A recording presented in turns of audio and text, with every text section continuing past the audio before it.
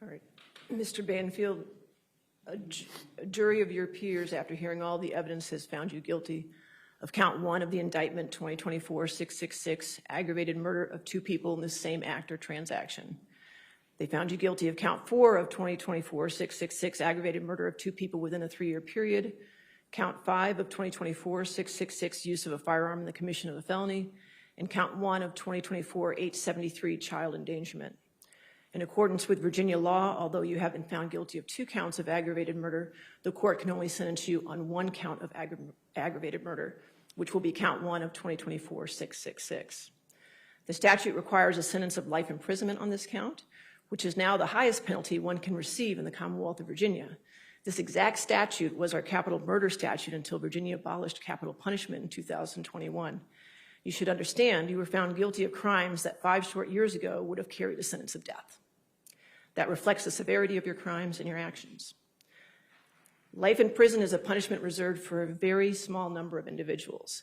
Those whom the community has determined should never walk free again. It is a harsh sentence, but in this case, it is a justified one. In the 18 years I've been on the bench, I have seen hundreds of defendants appear before me, and I have had the arduous task of sentencing these individuals. In the vast majority of these cases, people made mistakes, were struggling with substance use disorders, or acting in anger, choosing violence in a moment that changed everything.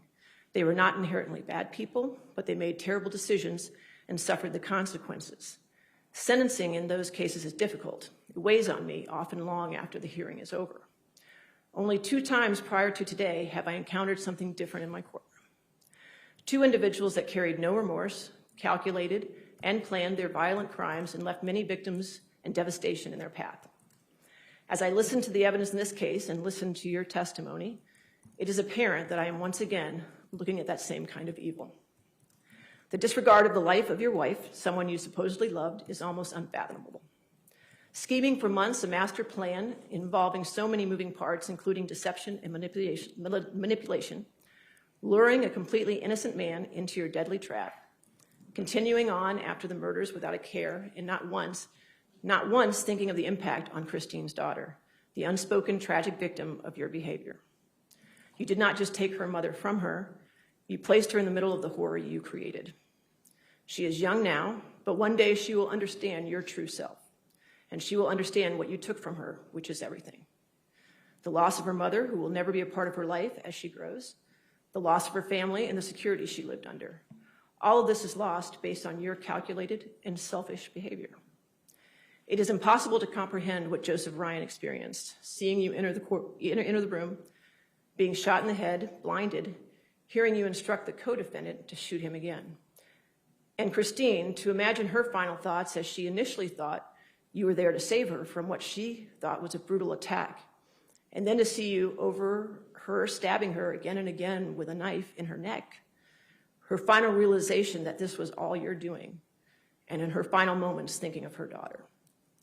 The sentence I impose today reflects not only the law, but the judgment of the community. The jury did not find you credible on the stand. To testify as you did shows the court that you still think that you are the smartest person in the room. One would hope that someday you will become tortured by what you have done to Christine, Joe, Christine's daughter, and their families, but nothing I have seen suggests that you will.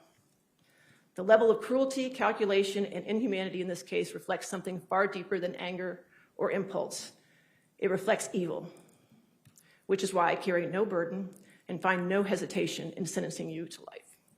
On count 1 of 2024-666 aggravated murder, I sentence you to life in the penitentiary for the rest of your natural life without the possibility of parole, without good conduct allowances, or any earned sentence credits or conditional release. On count 5 of 2024-666, use of a firearm in the commission of a felony, I sentence you to 3 years in the penitentiary, which is a mandatory term and cannot be suspended. Since it is required by statute, an additional 6 months is ordered and suspended for post-release probation, which is a nullity in this case, but is required to be part of the sentence. On count 1 of 2024-873, child endangerment, I sentence you to 5 years in the penitentiary. Since it is required by statute, an additional 6 months is ordered and suspended for post-release probation, which is again a nullity in this case, but is required to be part of the sentence. Each of these sentences are consecutive, that is one after the other. And since you've been convicted of a felony in Virginia, a sample of your DNA will be taken and submitted to the Virginia State Police database. That is the sentence of the court. Are there any questions, Mr. Caro? Any questions?